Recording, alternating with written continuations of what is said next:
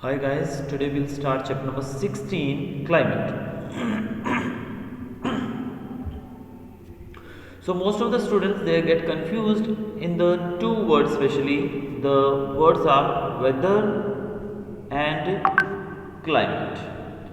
Now what do you mean by weather and what is climate? So most of the children they get confused कि weather भी मतलब मौसम होता है और climate भी मौसम ही होता तो वैसे ही है, ठीक है। लेकिन क्लाइमेट और वेदर के अंदर क्या फ़र्क है वो हम देखते हैं यहाँ पर। तो क्लाइमेट जो रहता है वो बहुत लंबे समय तक बना रहता है, जबकि वेदर होता है जो वो कुछ ही पलों में कुछ ही समय में बदल सकता है। फॉर एग्जाम्पल जैसे अभी प्रेजेंट टाइम आप देखिए, अभी we are having winter season, ठीक है, विंटर है, लेकिन कल ही हमने देखा कि कुछ जगहों पर बारिश हुई। तो बारिश होने का मतलब क्या है कि वहां पर रेनी सीजन आ गया? बिल्कुल नहीं। अभी एक्चुअल में season is winter season, but in winter season also sometimes it में रेन हो जाती है बारिश। या ऐसा समझ लो विंटर सीजन में अभी बहुत ज़्यादा धूप निकली, ज़्यादा हवा नहीं चल रही है, तो एकदम से काफ़ी गर्मी हो गई मौसम में, तो क्या हम कहेंगे गर्मी आ गई है, समर सीजन शुरू हो गया? नहीं। तो यही फर्क है क्लाइमेट और वेदर के अंदर। क्लाइमेट किसको कहेंगे हम एग्जैक्टली, हम क्लाइमेट की अगर डेफिनेशन देख लें तो क्लाइमेट जो है वो एक एवरेज कंडीशन होती है, average atmosphere condition for a long period. कितने समय के लिए? लॉन्ग पीरियड, यानी कि काफ़ी समय तक जब वेदर जो है वो एक जैसा रहता है तो उसको हम कहते हैं क्लाइमेट। लगभग इसके लिए हम लोग 35 साल या उससे ज़्यादा का समय लेते हैं। यानी कि आप बात करें, कुछ प्लेसेस हैं पृथ्वी के ऊपर जो बहुत गर्म है, कुछ जगह ऐसी हैं जहाँ ठंडा रहता है वातावरण, कुछ जगह ऐसी हैं जैसे जहाँ पर मॉडरेट रहता है। फॉर एग्जांपल हम बात करें अगर अरब नेशंस की, जो मिडिल ईस्ट के कंट्रीज़ हैं, जैसे कि आप बात करें दुबई है, ईरान, इराक, इजिप्ट। अब ये कंट्रीज़ हम सब जानते हैं कि ये कंट्रीज़ कैसे हैं, ये रेगिस्तान है उस तरफ, यानी कि डेजर्ट एरियाज हैं। So we can say because of this desert areas we can say that the climate there is hot. Hot climate होगा। कैसा क्लाइमेट होगा वहाँ पे? हॉट क्लाइमेट होगा। अब वहीं दूसरी तरफ हम अगर जाएं, हम बात करें स्विट्ज़रलैंड की, हम बात करें रशिया की, तो ये कंट्रीज़ जो हैं, ये कंट्रीज़ ज़्यादातर ठंडी रहती हैं, बहुत बर्फ़बारी भी होती है। अलास्का, साइबेरिया जैसी जगह हैं जहाँ पर टेम्परेचर -60, -70 तक पहुँच जाता है। तो वो एरियाज़ जो हैं वहाँ पर हम कहेंगे तो ठंड मतलब फॉरएवर ठंडी रहती है। लेकिन अगर हम बात करें गर्मी की, तो उन लोगों के लिए गर्मी कब होती है? जब नॉर्मल धूप निकलने लगती है, टेम्परेचर 1-2 डिग्री यानी कि 0 से ऊपर आ जाता है, तो उनके लिए वो समर सीजन हो जाता है। तो क्लाइमेट मतलब यही होता है कि किसी जगह पर एवरेज कंडीशन, एटमॉस्फेरिक कंडीशन कैसी रहती है फॉर अबाउट 35 ईयर्स और मोर देन दैट। अब हम भारत की बात करें तो हमारे यहाँ पर क्लाइमेट कैसा है? वैसे हॉट क्लाइमेट है। कैसा क्लाइमेट है? हॉट क्लाइमेट है। अब हॉट क्लाइमेट का मतलब है कि यहाँ का वैसे ओवरऑल क्लाइमेट जो रहता है वो गर्म रहता है। लेकिन हम बोल सकते हैं कि जैसे सीजन्स हैं, सीजन्स तो देखो हर जगह पर आते हैं, summer season, winter season, monsoon season, ये तो हर जगह पर आते हैं। लेकिन क्लाइमेट अगर हम बात करें तो भारत का क्लाइमेट गर्म है। अब हम बात करते हैं वेदर की, तो क्लाइमेट तो मेरे ख्याल से आपको सबको क्लियर हो गया होगा। हम बात करें अगर वेदर की,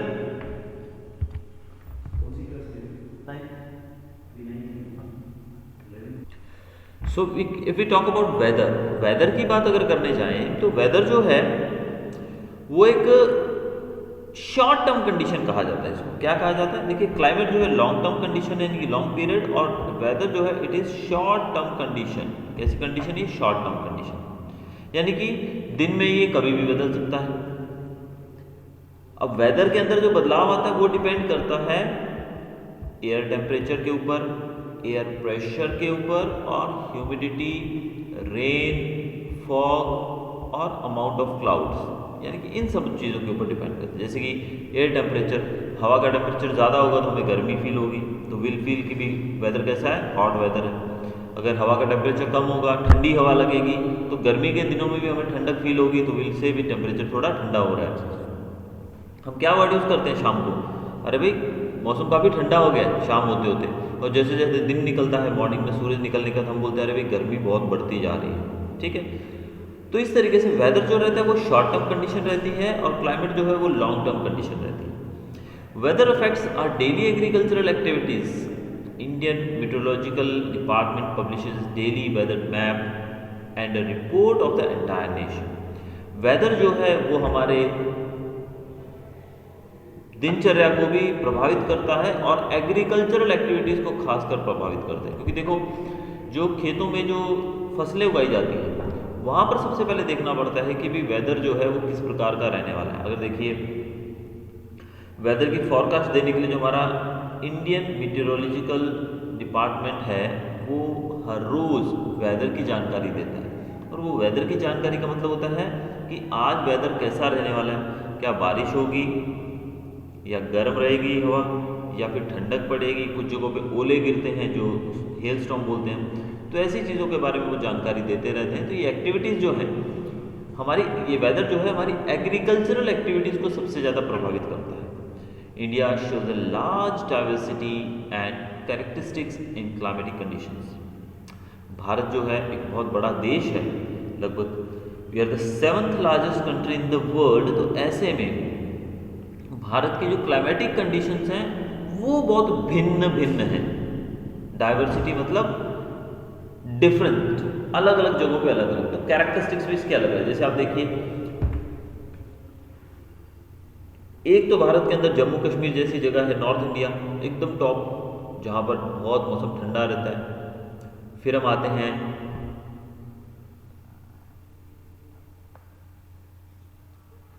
साउथ की तरफ, तो वहाँ हम क्या देखते हैं, वहाँ वेदर जो है वो एक एवरेज कंडीशन रहती है, यानी कि वहाँ ज़्यादा ठंड भी नहीं होती है, ज़्यादा गर्मी भी नहीं होती, एवरेज कंडीशन रहती है। तो देश एक ही है लेकिन क्लाइमेटिक कंडीशन अलग है।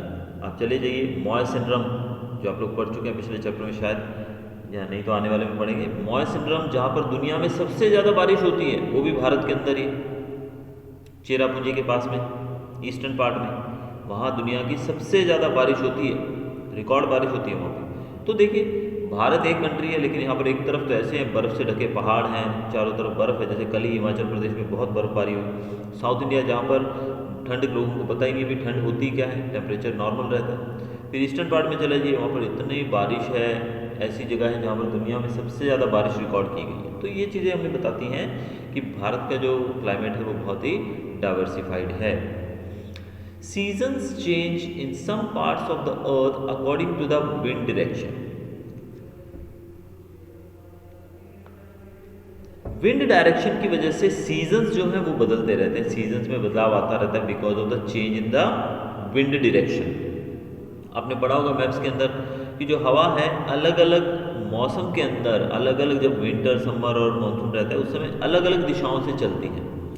इवन नोट करिएगा ना, गर्मी के दिनों में आप नोट करिएगा हवा आपके घर के अंदर किस तरफ से आती है, और सर्दी के दिनों में हवा, यही हवा उसके ऑपोजिट डायरेक्शन से आएगी। तो ये बताता है कि भाई जो सीजन्स हैं वो मॉनसूनल विंड्स जो हैं, जो विंड है हमारे यहाँ पर, उस विंड के ऊपर डिपेंड करता है सीजन हमारा।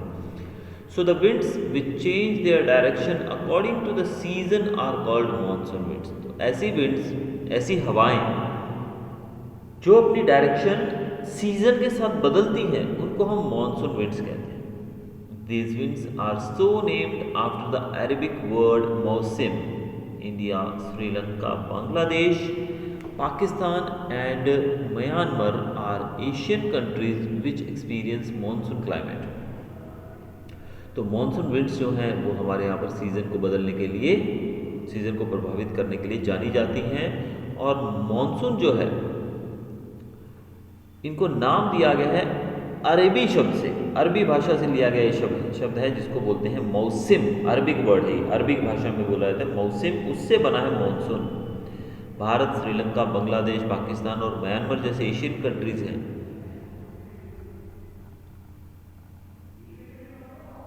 यहाँ पर जो भी क्लाइमेटिक चेंज आता है वो मॉनसून विंड्स के कारण ही आता है। तो हमने यहाँ पर फर्स्ट पैराग्राफ जो रीड किया इस चैप्टर की जो इंट्रोडक्शन थी उसमें हमने मेनली चीज़ देखी कि क्लाइमेट और वेदर के अंदर डिफरेंस। अब आगे देखते हैं हम चेंज ऑफ सीजन्स। अब सीजन कैसे बदलते हैं? अभी हम बोलते हैं बारिश आ गई, गर्मी आ गई, ये होता कैसे है? क्या चीज़ है जो इसको प्रभावित करती है? Now revolution of the earth around the sun and her axial tilt are major reasons for changes in season. तो सीजन के बदलाव में दो चीज़ें बहुत ही इंपॉर्टेंट रोल निभाती हैं। पहला, रेवोल्यूशन ऑफ द अर्थ, दूसरा एक्सियल टिल्ट। यानी कि आप देख रही है ये जो अर्थ है हमारी, ये झुकी हुई है। देखिए ये अर्थ का सेंटर देखिए ऐसे, ये सेंटर है, ये पोल से ये पोल तक, तो ये लाइन देखिए टेढ़ी है ना, ये होनी तो ऐसे सीधी चाहिए, लेकिन ये टेढ़ी बताई गई है। ठीक है, तो ये जो है, अब यहाँ भी देखिए सेम ही, तो ये जो टिल्ट बोलते हैं इसको, झुकाव एक तरफ, तो ये जो टिल्ट है ये एक कारण माना जाता है। और दूसरा माना जाता है रेवोल्यूशन, जो अर्थ जो है सन के चारों तरफ घूमती है ऐसे करके। ये दो कारण हैं जिसपे सीजन डिपेंड करते हैं। The axis of the earth is tilted at 23.5 degree and makes an angle of 66.5 with the orbit. हमारी अर्थ जो है वो इतने डिग्री पे झुकी हुई है। ये झुकाव कितना है हमारी अर्थ का? 23.5 डिग्री, यानी कि जो एंगल होना चाहिए इतना, तो 23.5 है, यानी कि जो एंगल जो है इसका ये 23.5 डिग्री पे झुकी हुई है। ठीक है, और ये ऑर्बिट के साथ, हमारा जो ऑर्बिट है, ऑर्बिट के साथ ये एंगल बनाती है कितना? 66.5 डिग्री का एंगल बनाती है। यानी कि ऑर्बिट हमारा जो जिसके ऊपर हमारी अर्थ घूम रही है ऑर्बिट, उसके अंदर उसके साथ इसका जो एंगल बनता है वो 66.5 degree. Seasons are caused due to the axial tilt. Seasons जो एक्सियल टिल्ट के कारण, ये जो झुकी हुई है ना अर्थ हमारी इस तरफ, एक साइड टेढ़ी देख रहे हैं हम, इसी कारण से हमारे सीजन्स होते हैं। Regions receiving more sunlight experience summer, while regions receiving less sunlight experience winter. अब हम देखते हैं यहाँ पर जिन एरियाज़ के अंदर ज़्यादा सनलाइट होती है, ज़्यादा सनलाइट देखिए सूरज के पास में ये जगह है ज़्यादा, तो ये एरियाज़ गर्म रहते हैं। और जो जगह सूरज से दूर हैं, जैसे कि आप ये एरियाज देख सकते हैं, आप ये एरिया पूरा दूर है सूरज से, तो ये एरिया में ठंडक ज़्यादा रहती है, यहाँ पर ठंड रहती है। Sun rays fall vertically over the tropic of Capricorn on 22 December, so the southern hemisphere experience summer and the northern hemisphere experience winter. अब यहाँ पर बताया गया है कि आप देखिए 22 दिसंबर का दिया गया है कि सन रेज जो है वो वर्टिकली डायरेक्ट जो है सनरेज गिरती है ट्रॉपिक ऑफ कैप्रिकॉर्न के ऊपर। ये देखिए ये जो लाइन है इसको ट्रॉपिक ऑफ कैप्रिकॉर्न कहा जाता है। क्या कहते हैं इसको? Tropic of Capricorn. अभी ट्रॉपिक ऑफ कैप्रिकॉर्न के ऊपर सीधी ये सनरेज गिरती है। आप यहाँ देख सकते हैं ना पिक्चर के अंदर, हम ये पहली पिक्चर की बात करें ये वाली, तो यहाँ पर आप देखिए सनरेज कहाँ गिर रही है? सीधी ट्रॉपिक ऑफ कैप्रिकॉर्न के ऊपर। तो अब देखिए ये है हमारा इक्वेटर। अगर आप अर्थ के बारे में सब कुछ जानते हैं तो ठीक है, नहीं तो थोड़ा सा मैं आपको जानकारी इसके बारे में देना चाहूँगा, उसके बाद हम लोग आगे शुरू करेंगे। देखिए ये हमारी अर्थ है, ये चीज़ आपको जानना बहुत ज़रूरी है। अर्थ के अंदर ये बीच में से एक इमेजिनरी लाइन ड्रॉ की गई है जिसको बोलते हैं इक्वेटर। इसके ऊपर से एक और लाइन ड्रॉ की गई है वो भी इमेजिनरी है जिसको बोलते हैं ट्रॉपिक ऑफ कैंसर, TOC लिख रहा हूँ मैं, यानी कि ट्रॉपिक ऑफ कैंसर। वैसे एक लाइन इक्वेटर से नीचे आती है जिसको बोलते हैं ट्रॉपिक ऑफ कैप्रिकॉर्न। क्या कहा जाता है? Tropic of Capricorn. ठीक है, और ये जो है हमारा ये नॉर्थ पोल है और इसको हम कहते हैं साउथ पोल। ठीक है, अब आप यहाँ पर देख रहे हैं ऊपर जो हमने चीज़ देखी अभी, ये डायरेक्ट ट्रॉपिक ऑफ कैप्रिकॉर्न के ऊपर गिर रही है।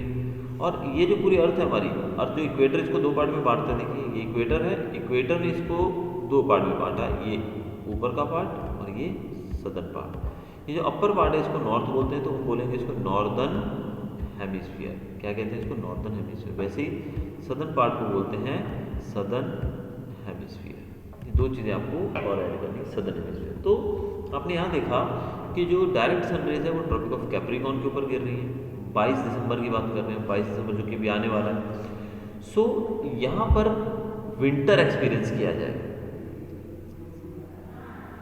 Regions receiving sun rays fall vertically over the Tropic of Capricorn 22 December, so the southern hemisphere experiences summer and the northern hemisphere experiences winter. अब आप यहाँ पर क्या देख रहे हैं कि रोशनी यहाँ पर ज़्यादा गिर रही है, तो ये एरिया देखिए, इस सन रेज ने मेनली इस एरिया को अफेक्ट किया, इतना एरिया ज़्यादा अफेक्ट किया। इस कारण से जो नॉर्दर्न हेमिस्फीयर रहता है ऊपर का, वहाँ पे गर्मी नहीं रहती है, वहाँ पर बहुत ठंड हो जाती है, यानी कि वहाँ पे विंटर सीजन होता है, और यहाँ पर जो इतनी जगह है यहाँ पर समर सीजन होता है, समर सीजन रहता है। Nights in India are longer and colder in winter. अब सर्दी के दिन, जैसे कि हम विंटर सीजन में हैं ऑलरेडी, तो आप देख सकते हैं कि नाइट्स लंबी हो रही है, रात लंबी हो जाती है, यानी कि अंधेरा जल्दी होता है। पौने 6 बजे तो अंधेरा हो जाता है, और सुबह दिन निकलता है 7 बजे के बाद में, 7 बजे थोड़ा थोड़ा उजाला होता है। तो यानी कि जो नाइट्स हैं वो बहुत लंबी, यानी कि शाम के 6 बजे से लेके सुबह के 7 बजे तक, यानी कि 13 घंटे की रात होगी, और उस देखिए अंधेरा होता है, और रातें लंबी भी होती हैं और ठंडी भी होती है, बहुत ठंड होती है। Similarly the sun rays are vertical over the tropic of Cancer on 21 June. 21 जून की बात करें, ये फिगर आप देखोगे, इस फिगर में आप देखेंगे 21 जून की बात कर रहे हैं, तो सन रेज जो है डायरेक्टली ट्रॉपिक ऑफ कैंसर के ऊपर गिर रही है, ट्रॉपिक ऑफ कैंसर पे गिर रही है। तो इस कारण से ये जो एरिया है अपर पार्ट, वो समर फील करेगा, और लोअर पार्ट में विंटर होगा। समर में दिन जो है वो लंबे होते हैं और रातें छोटी होती हैं, और गर्मी वो तो आप बेहतर जानते हैं कि कैसी होती है, बहुत गर्मी। Rotation and revolution of the earth have a direct impact on the food, clothing and residences of the man. अब रोटेशन एंड रेवोल्यूशन, यानी कि आपको पता है हमारी पृथ्वी जो है 2 तरीके से घूमती है। एक तो ये सन के चारों तरफ घूमती है, तो सन के चारों तरफ घूमने को हम बोलते हैं रेवोल्यूशन, और एक वो अपनी ही जगह पर घूमती है, अपनी जगह पर जब घूमती है उसको हम रोटेशन कहते हैं। तो रोटेशन और रेवोल्यूशन जो है इसका डायरेक्ट इम्पैक्ट है फूड, क्लोथिंग और रेजिडेंस के ऊपर, यानी कि हमारे खाने पीने, कपड़ों पे।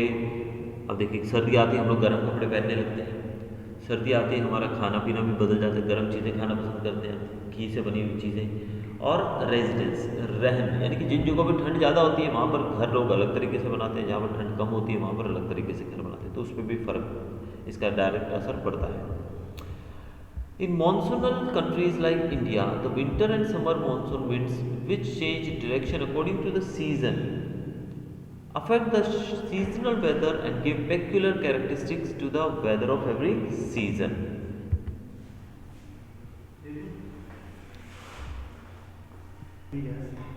अब हम बात करें अगर मॉनसूनल कंट्रीज़ की, तो इसमें भारत की बात करें तो इन मॉनसूनल कंट्रीज जैसे भारत है, विंटर और समर जो है मॉनसून विंड्स जो है वो डायरेक्शन चेंज करती हैं सीजन के हिसाब से, और वो हमारे वेदर को भी इफेक्ट करती है। और इसी प्रकार हर सीजन के अंदर हमारे यहाँ पर ऐसा होता है। तो हमारे वेदर की स्पेशलिटी यही है कि ये बदलता रहता है because of the seasonal winds, monsoonal winds. That is why the climate of India is also called monsoonal climate. इसी कारण से भारत के क्लाइमेट को मॉनसूनल क्लाइमेट भी कहा जाता है। तो हमने देखा कि किस प्रकार से रोटेशन और रेवोल्यूशन जो है उसका हमारे जीवन पर असर पड़ता है, यानी कि मौसम जो है डायरेक्ट हमारे जीवन को अफेक्ट करता है, और इसके जो कैरेक्टरिस्टिक्स हैं वो भी, वेदर के जो कैरेक्टरिस्टिक्स हैं वो भी अलग अलग है। अब देखिए समर सीजन है, बीच में बारिश खूब होती है, कई बार गर्मी पीक पे चली जाती है।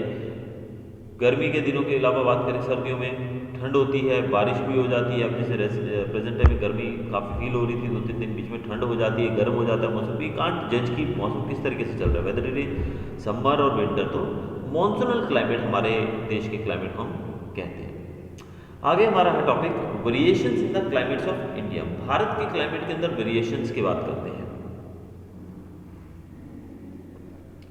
There are many variations in the climate of India. South India has a peninsular shape, hence it experience moderate maritime climate. अब भारत देश एक है, लेकिन साउथ इंडिया, जैसे मैंने आपको स्टार्टिंग में तो वीडियो बताया कि साउथ इंडिया का क्लाइमेट कैसा है, मॉडरेट, यानी कि मीडियम, गर्मी भी नहीं है सर्दी भी नहीं। While the climate becomes more continental as we go away from the sea. जैसे जैसे हम सी से दूर जाते हैं क्लाइमेट कॉन्टिनेंटल होता जाता है, कि सी से दूर जाने पे ठंडियों में ठंडी ज़्यादा, गर्मियों में गर्मी ज़्यादा। A large part of North India is away from the seashore, so it experiences continental climate। Bharat का जो नॉर्थ इंडिया है, यानी कि उत्तर भारत का पार्ट, आप देखिए ये जो पार्ट हमारा जो नीचे का है, ये तो तीनों तरफ सी से घिरा हुआ है, तो यहाँ पर कैसा क्लाइमेट है, मॉडरेट क्लाइमेट है। लेकिन जैसे जैसे हम नॉर्थ इंडिया जाते हैं, कि ऊपर का पार्ट हमारा, ऊपर के पार्ट में आप जाओगे तो वहाँ पर आपको कैसा क्लाइमेट देखने को मिलेगा, कॉन्टिनेंटल, यानी कि गर्मियों में बहुत गर्मी, सर्दियों में बहुत सर्दी। The Tropic of Cancer passes almost through middle of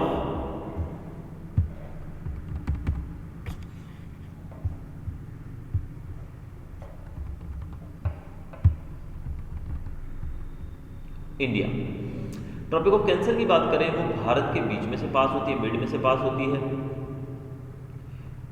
area to the south of it falls in torrid zone, while the area to north of it is in temperate zone।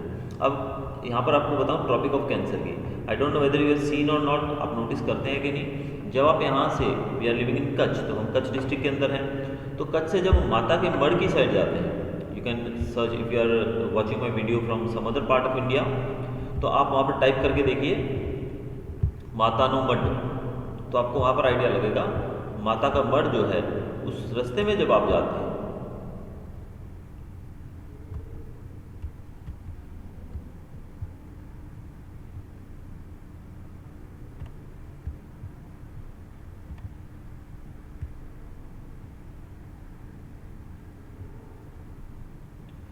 तो माता के मढ़ जाते वक्त आपको रास्ते में ऐसा बड़ा सा एक साइन बोर्ड दिखाई देगा, रोड के साइड में लगा हुआ, काफ़ी बड़ा सा ब्लू कलर का है। उसके ऊपर लिखा होता है tropic of Cancer passes through here, यानी कि ट्रॉपिक ऑफ कैंसर यहाँ से पास होती है। अब ट्रॉपिक ऑफ कैंसर वहाँ से पास होती है, तो वहाँ उतर के कोई लाइन पर ढूंढने लग जाना कि भैया कौन सी लाइन है जो यहाँ से पास हो रही है, हमें दिखाई नहीं दे रही है, और फिर मुझे कमेंट करके बोल रहे हो या क्लास में बता रहे हो सर वहाँ तो कोई भी लाइन नहीं थी, बोर्ड तो लगा हुआ था, लाइन तो कोई भी नहीं थी वहाँ पे। तो मैं आपको बता दूँ वहाँ पर लाइन नहीं देखने को मिलेगी आपको, but it is an imaginary line. कैसी लाइन है वो? इमेजिनरी लाइन है। तो उस लाइन का वैसे हमारे साथ कुछ भी लेना देना नहीं है, इट इज़ इमेजिनरी लाइन। तो ट्रॉपिक ऑफ कैंसर जो है वो इंडिया के ऑलमोस्ट मिडिल से गुजरती है, यानी कि अगर आप इसको देखना भी चाहें अगर मैप के अंदर, तो मैं आपको मैप में भी दिखा सकता हूँ, तो आप देखेंगे कि ये कैसे पास हो रही है। हमें मैप लेना पड़ेगा उसके लिए, ये देखिए आप इस मैप के अंदर देख सकते हैं, ये जो लाइन है dotted line, this is tropic of Cancer. ये देखिए ये ऑलमोस्ट भारत के मिडिल में से जा रही है, बीच में से जा रही है, देखिए लिखा हुआ ना ट्रॉपिक ऑफ कैंसर। तो ये लाइन देखिए गुजरात से होकर गुजरती है, मध्य प्रदेश से, और इस तरफ से भी गुजरती है, ठीक है। इसको हम कहते हैं ट्रॉपिक ऑफ कैंसर। ये एक इमेजिनरी लाइन है, ये कोई रियल लाइन नहीं कि आप इसको ढूंढने बैठ जाओगे कहाँ रहेगी, ठीक है। तो ये जो लाइन है भारत के मिड में से पास होती है, ऑलमोस्ट मिडिल में से। अब ये जो है ये लाइन, ये भारत को दो पार्ट में बांट देती है, ठीक है। Area to the south of it, यानी कि हमारा जो नीचे का पार्ट है, इसके नीचे वाला एरिया वो टॉरिड जोन में आता है, और जो इसका ऊपर का पार्ट है वो आता है टेम्परेट जोन में, यानी कि सदर्न पार्ट आ गया टॉरिड जोन में और नॉर्थ पार्ट आ गया टेम्परेट जोन में। इसी कारण से इन दोनों एरियाज के टेम्परेचर के अंदर बहुत डिफरेंस है। अब आप देखिए नॉर्थ इंडिया में कैसा मौसम होता है, ठंड में ठंडी बहुत और गर्मी में बहुत गर्मी। साउथ इंडिया में आप देखेंगे तो वहाँ पे तो मॉडरेट क्लाइमेट बोला कि एक जैसा रहता है। वो इसी कारण से है क्योंकि अपर पार्ट जो हमारा है, नॉर्थ पार्ट जो है नॉर्थ इंडिया, वो टेम्परेट जोन में आता है और साउथ इंडिया जो है टॉरिड जोन में आता है। अब इसको डिफरेंस को हम लोग देखते हैं। द टेम्परेचर इन ले and Dras in north Ladakh, यानी कि उत्तर भारत की बात करें, ले और द्रास की बात करें, तो -45 टेम्परेचर होता है विंटर में। तो जब वहाँ पर -45 टेम्परेचर होता है, उसी समय देखो Sriganganagar and Alwar in Rajasthan record 51 degree Celsius, यानी कि है दोनों भारत के ही पार्ट और इन दोनों में ज़्यादा डिफरेंस भी नहीं है, बहुत दूर नहीं है, लेकिन ले साइड में -45 यानी कि माइनस में अप्रोक्सीमेट 50 हो गया, और गंगानगर और अलवर की बात करें राजस्थान में वो +50, यानी कि 100 डिग्री टेम्परेचर का फर्क है एक ही जगह पर। देखो एक देश के अंदर इतना पॉसिबल हो सकता है, ये भारत में ही पॉसिबल है भाई। तो हम देखते हैं कि 100 डिग्री का ऑलमोस्ट फर्क आ गया। Similarly, Cherrapunji in Meghalaya in East India gets about 1200 centimeter rainfall annually, which is maximum in the world. Cherrapunji की बात की जाए, वहाँ पर लगभग 1200 सेंटीमीटर बारिश होती है हर साल, जो कि दुनिया में सबसे ज़्यादा होने वाली बारिश है Cherrapunji. Moy Sindram, about 16 kilometer away from Cherrapunji, is famous for receiving maximum rainfall during 24 hours. Moy Sindram नामक जगह जो है वो चेरापूंजी से 16 किलोमीटर दूर है और 24 घंटे में सबसे ज़्यादा बारिश का रिकॉर्ड जो है वो मॉय सिंड्रोम के नाम है।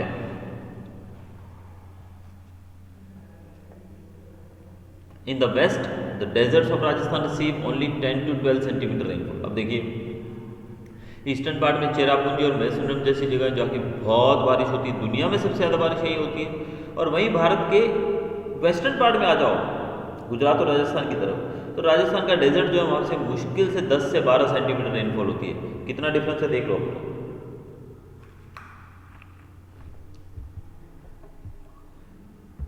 ये 1200 किलो सेंटीमीटर और ये 10 to 12 सेंटीमीटर। यानी कि अगर हम बात करें चेरापूंजी की तो 1200 सेंटीमीटर बारिश, और बात करें हम राजस्थान की तो 10 से 12 सेंटीमीटर।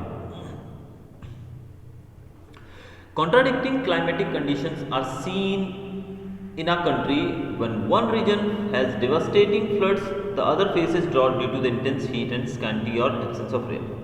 तो इस प्रकार से हम देखते हैं कि किस प्रकार से भारत जैसे बड़े देश के अंदर मोस्टली हम देखते हैं कि भाई जो टेम्परेचर रहता है कंट्री के अंदर एक जैसे ही रहता है। ठीक है, आप चले जाइए स्विट्जरलैंड, चले जाइए, पूरा स्विट्जरलैंड ही ठंडा मिलेगा आपको। ठीक है, आप चले जाइए दुबई, चले जाइए, सब जगहों पर आपको गर्मी मिलेगी। लेकिन भारत एकमात्र ऐसा देश है जहाँ पर आपको इस तरह का क्लाइमेट देखने को मिलेगा कि एक तरफ तो फ्लड आया हुआ है, यानी कि एक आधा हिस्सा भारत का डूब रहा है फ्लड के कारण, बाढ़ के कारण, और दूसरे हिस्से में गर्मी हो रही है बहुत और वहाँ पर बारिश कम है, और उस कारण से वहाँ पे ड्रॉट हो रही है। यानी कि एक साइड तो फ्लड है, बाढ़, और दूसरी तरफ ड्रॉट यानी कि सूखा पड़ा हुआ है। तो ये भारत में पॉसिबल है। Some regions face devastating effects of thunderstorm. कुछ जगहों पे थंडरस्टॉर्म, सैंडस्टॉर्म और ट्रॉपिकल साइक्लोन्स आते हैं, यानी कि तूफान, अलग अलग रेतीले तूफान आते हैं, चक्रवात आते हैं। तो तूफान जो है वो भी भारत में मतलब अलग अलग जगहों पे हमें अलग अलग समय पे देखने को मिलते हैं। So this seasonal weather has diversified effect. तो हम कह सकते हैं कि भारत का जो सीजनल वेदर है वो बहुत ही अलग है, अलग अलग तरीके से अलग अलग जगहों पे वो मार करता है, उसका जो इफेक्ट है वो भी अलग अलग जगहों पे अलग अलग हमें देखने को मिलता है। तो ये टॉपिक हमारा आज यही छोड़ेंगे हम, और मिलेंगे एक और नए वीडियो के साथ। कल शुरू करेंगे हम फैक्टर्स अफेक्टिंग द क्लाइमेट। तो फैक्टर्स के बारे में हम कल जानेंगे। Till then goodbye, have a nice day.